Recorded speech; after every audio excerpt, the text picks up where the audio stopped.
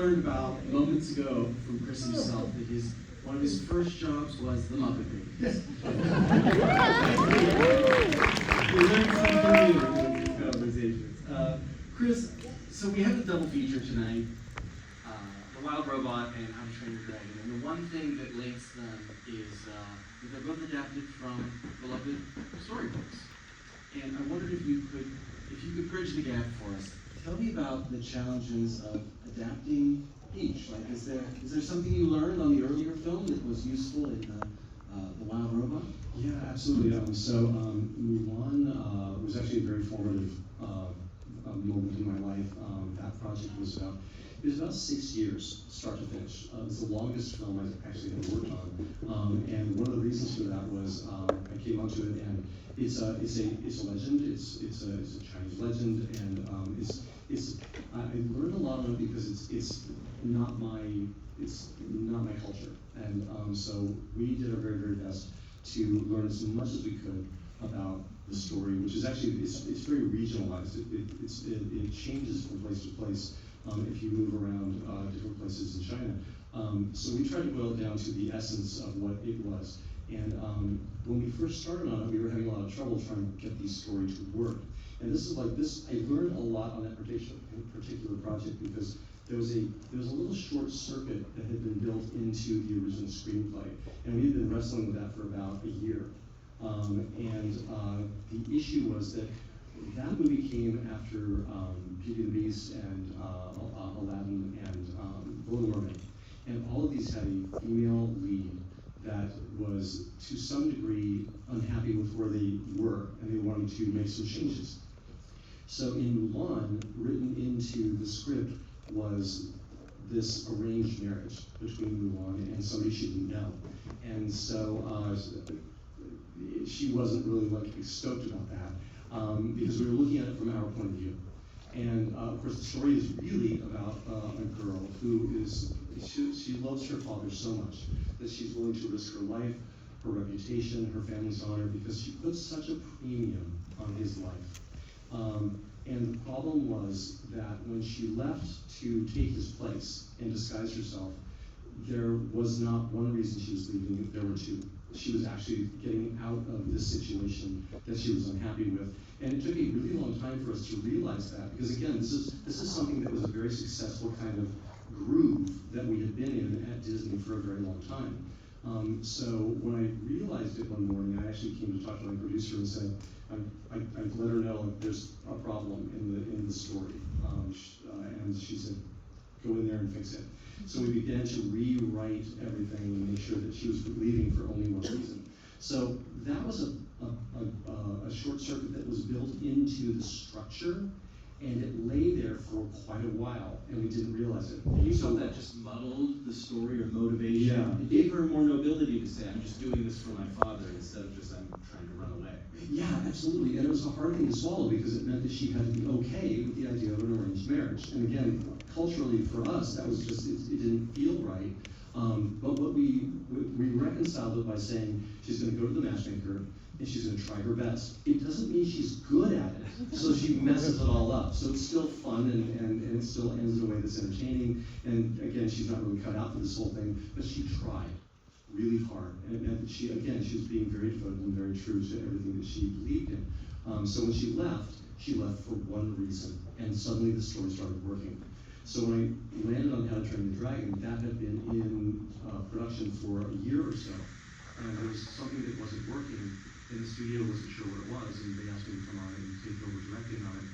And I got the DVD of the story reel, and I looked at the original book, and because of my experience on Mulan, I immediately saw the short circuit, which is there's a contradiction in the book.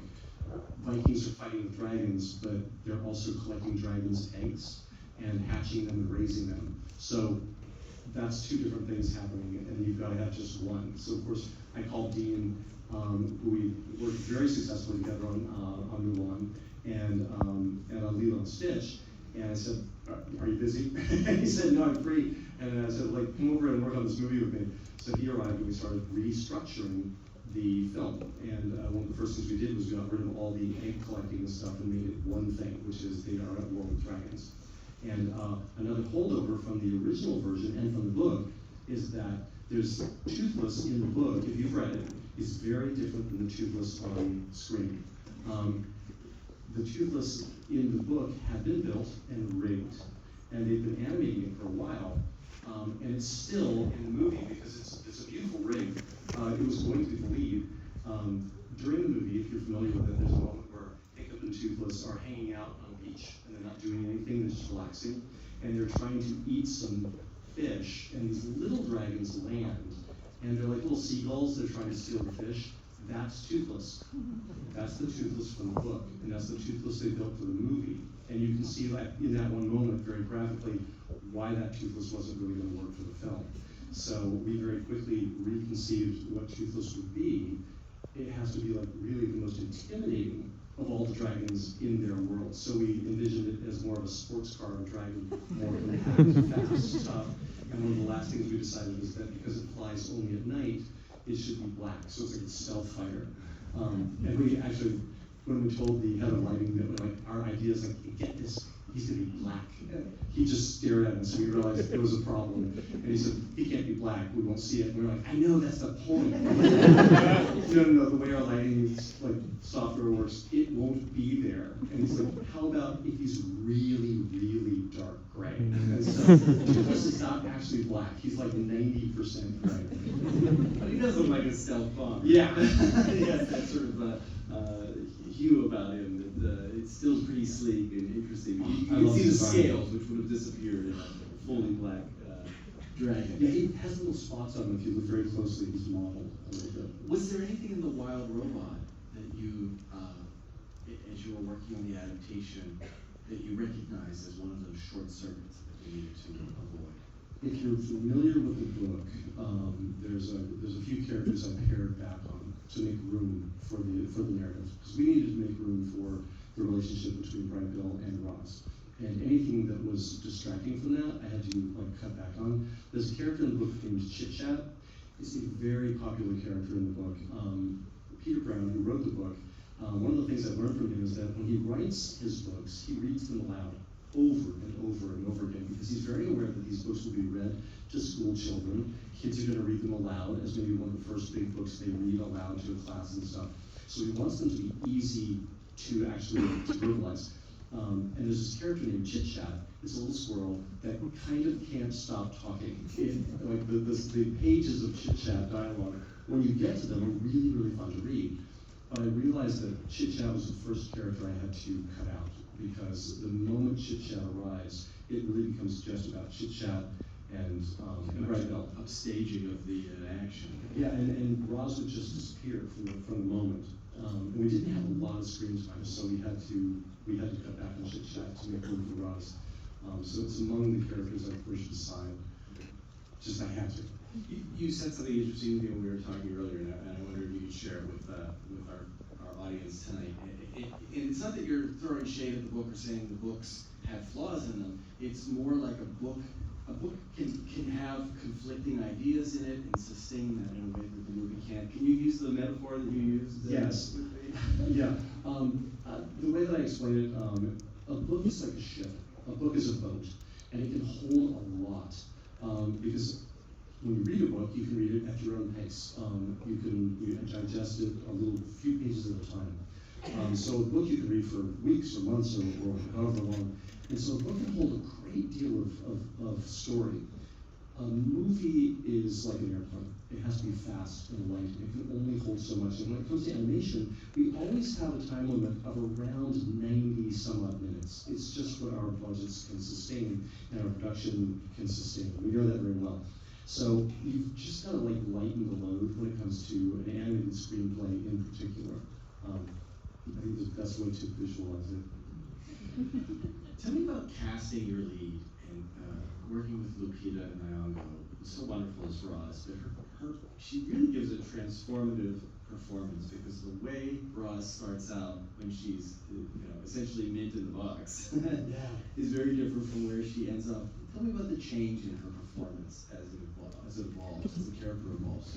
Yeah, golly. So our amazing casting director, Christy Simper, I am not good at this kind of thing at all. And she's, of course, amazing at it, which is why she does it. And one of the things I realized in the making of this film, Christy is not just looking at voice matches, she's really looking deeper. She's looking at the actual character of the actors and matching them to the characters beyond just the voices. And a great example of that, maybe the best example, would be Lupita voicing Roz. Roz has a very particular architecture to the way she thinks. And I have to say, I cannot say enough about how amazing it was to watch Lupita tackle that. Like, before we even recorded, we would have conversations about Roz, her arc through the story, the way that she thinks. And even our very first recording session, we talked for about an hour before we ever even stepped up to a microphone.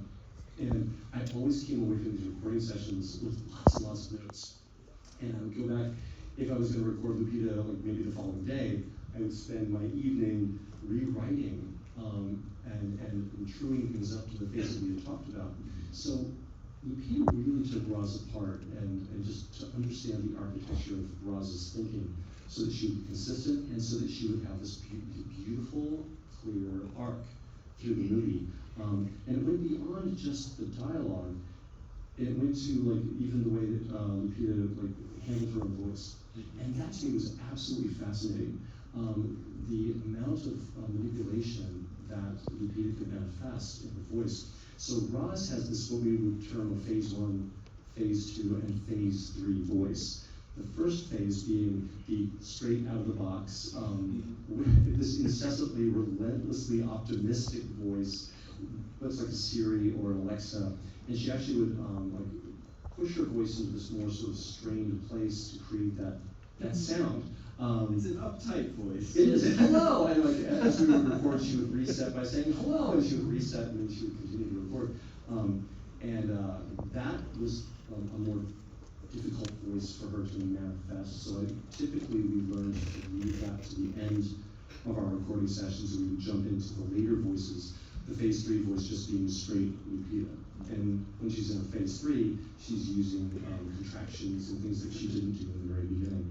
So I have to say, like, and the thing is, that was the thing that's so cool. Like, the way Lupita approached it is the way that I think Roz would approach something. So the match of the beautiful pairing of Lupita with that character, really, I gained so much appreciation beyond what I already had for our amazing casting director and just the sublime way she matched these characters up. I think this is one of the things that I connected with personally so much with this movie is as a dad myself, as a father. I remember being mint in the box and having a new baby and being like, hello, I'm going to be a perfect dad. And then not long after that, you're like she is in phase 3, like you're hanging out by your fingernails and moss is growing on you. Tell me about this as an allegory for parenthood. She's obviously not Bright Bill's natural mother. The parents die tragically in an accident, but it is nonetheless, it's proof that you don't have to have a biological connection to be a parent. That life is full of those stories. But tell me about Roz as a mother figure. I loved all these things that Peter Brown wrote into this original book that were just so incredible. And the more we worked on the movie, the more I gained an appreciation for all these things that he wove into the story. I love that he has Pigtail in there, who is not sentimental about the whole thing at all, because she has 3 families a year, and she's just, the magic wore off a long time ago. And I love that we have her in there along with Roz, so we have both of these viewpoints, where Roz is uptight and nervous and very precious about this little gosling, and at first doesn't even want to do it. I love that she's just like, I can't do it, and she just literally turns and walks away. And then Pigtail, by accident, says the magic word, which is task, because Roz knows all about getting a task. So once Roz is locked in, she's obligated to figure all these things out. So we have that wonderful duality between them, which was it was a great thing to have going on in the story, so that we never had to be too precious about it, and we could treat it with like humor. There's a lot of death. There's a lot of death in the movie, and it needs to be there because we wouldn't have consequence, and the film wouldn't work, the story wouldn't work. And that's nature. Yeah, exactly. And Fink, I love that Fink is there as the spokesperson really for the whole island. he's there to just, he lets Roz know what the deal is with the programming of the animals on the island. I think it's like after you become a parent, it's like your single friend who's like, you drug the bar, like, he was a character that I really expanded on. There's some characters I pared back on, but the moment I saw Faithful Focus, like that's the star. He's our star. And I really fell in love with him as a character.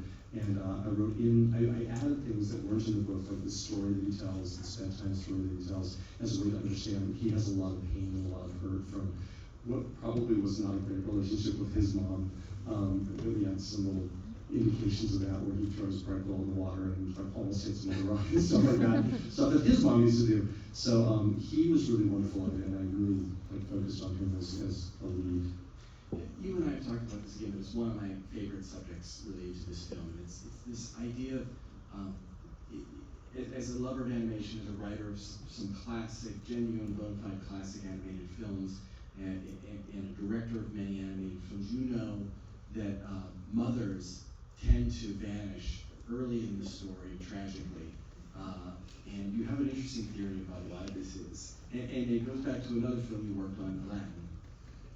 Yes, so we all know that in Disney films is kind of a gag that we all just they're always just. I realized why when we were working on Mulan. I was on Beauty and the Beast. I transferred over to Mulan. I was a story artist, and when I came to Aladdin had a mom at that point in the story, and I think the directors were very interested in holding on to her because they knew that moms frequently are not there. She had a song, didn't she? Or he had a song to her, Proud of Your Boy, right? Oh, I forgot about that, yeah. And very quickly we realized it wasn't working. There were two things going on. First of all, your mom is there to keep adventures from happening in the very best way possible. Like if he's like, guess what, I'm gonna go to the market today, Mom, and I'm gonna steal some stuff. And she'd be like, no, you're not. She will, correct those sort of things. And the other problem was that once Aladdin departed and started doing this whole, he was on his adventure, we would cut back to his mom because she was still there in the story.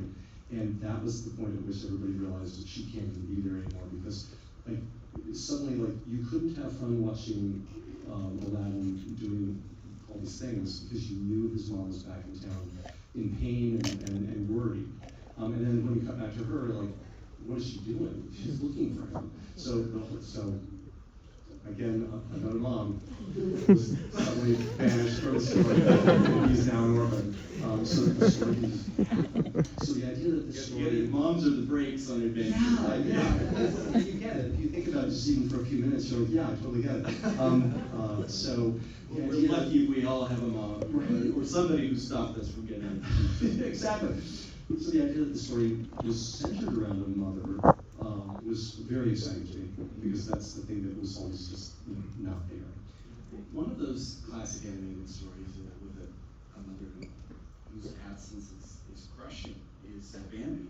And I know Bambi was also an influence on the look of the wild robot and an artist particularly named Tyra Swan.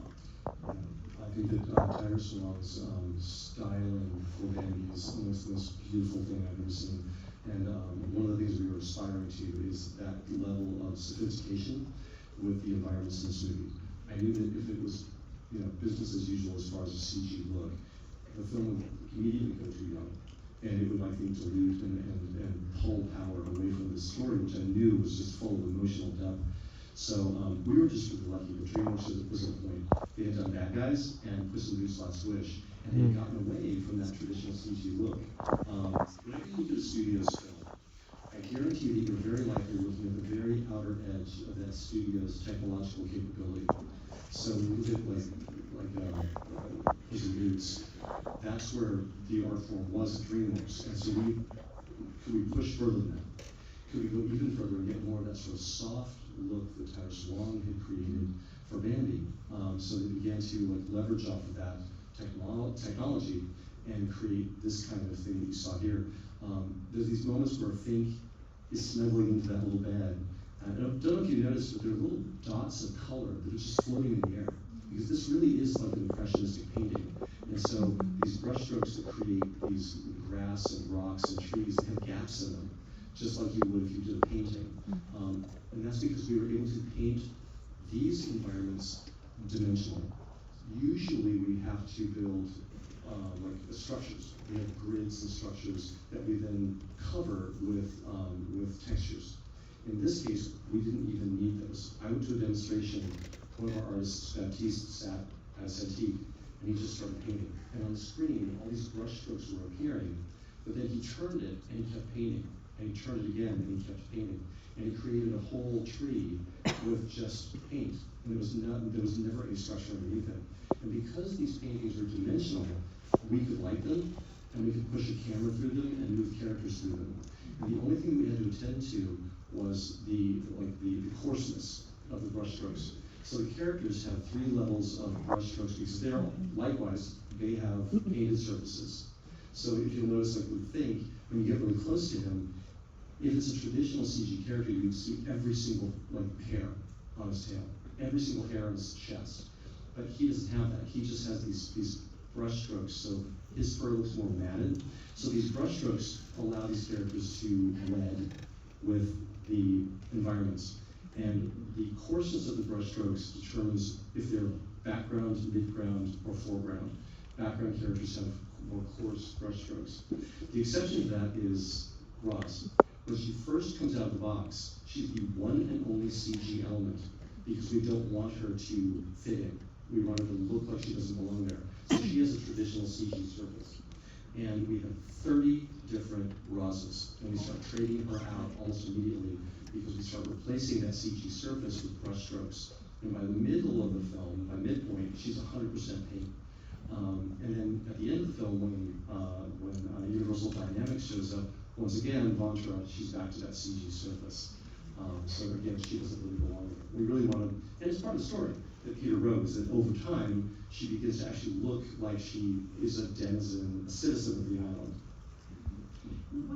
What do you think is the emotional connection that we have to that painterly look? Because you're right, we have the technology now to create animals that can be photorealistic. And I believe you did that in Nicole as well with the dog. But that obviously is a live action film. But what is the emotional difference between making those instead of individual hairs, brush strokes? What do you think it is in our psyche that makes a change? I'm not sure, but I think I shared this with everybody else. When you look at a cartoon or a painting or an illustration, it's just a different part of your brain that you're using. It's hard for me to really figure it out, but in getting to this more painted look, the weird thing that I didn't expect, one of our artists, our development artists, is named Daniel Cucon. He was remote. I only met him after the movie was done. He was in France, and he was doing these very impressionistic paintings, and he could do them very, very quickly. We would give him an assignment to explore a moment in the film, and within days we would get 10, 15 paintings back. And they were so loose and effortless. And I started pointing at those and saying, can our film look exactly like one of his paintings? And so they were very impressionistic. And I knew that we'd gotten there when one day I was sitting in a meeting called Color Dailies. And in this meeting, you look at everything. You look at exploratory paintings, you look at character designs, you talk about colors, shapes, everything. And I was looking at what I thought was a development painting for part of the film, and then it started to move when somebody pushed a button, and I realized, oh my gosh, that's our movie. And it was so impressionistic and soft. There was actually a moment of panic because I thought, have we gone too far? This is too much. But as soon as I saw characters, placed in it, I felt the opposite. I felt like maybe we had something groundbreaking on our hands. But the thing that I didn't expect is that, think about the characters. Characters that are in a traditional CG film where you can see every little hair.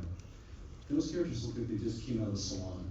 And even though they have a photoreal sort of thing going on, there's also something that's a little bit like cartoonish, because a fox wouldn't look like that in the wild. So there's a thing that's fighting the believability in a way. And I love, nothing against those films and those looks. I mean, we worked on those for a long time, I love them. But in this particular case, the thing that happened, because he has these matted fur looks, the overall impression is that he's more real. And the same thing was happening with the backgrounds. There's that shot which is a high wide, when Roz is trying to grab Fink early on in the film. It's on the log, and we're over a waterfall. On that particular shot, I always just let my eyes wander, and I look at the forest, and it's like, it's barely there. It's just some blobs of paint indicating trees and things. But it does that thing that a great painting does, that it evokes a believability on, like, beyond sometimes like a photograph would, beyond photo. So if those trees were all like photoreal and detailed, I don't think it would have the believability that we would get on this. And that's just something I didn't expect. It just sort of happened. It came along with the impressionistic painted look, which is, I think, it's one of the reasons I think people, and I feel the very same way, like I feel a certain way about this film that I've never felt with any other film I've ever worked on. And like, we were just talking about, like, by this point, I've seen the film quite a few times. And even with Lion King, Lilo and Stitch, after you've seen it a few hundred times at a screening like this, you tend to like just fade out. It's like, I can go home now, I've seen this. But with this movie, I keep doing the opposite. I keep sneaking in, because I keep wanting to see it.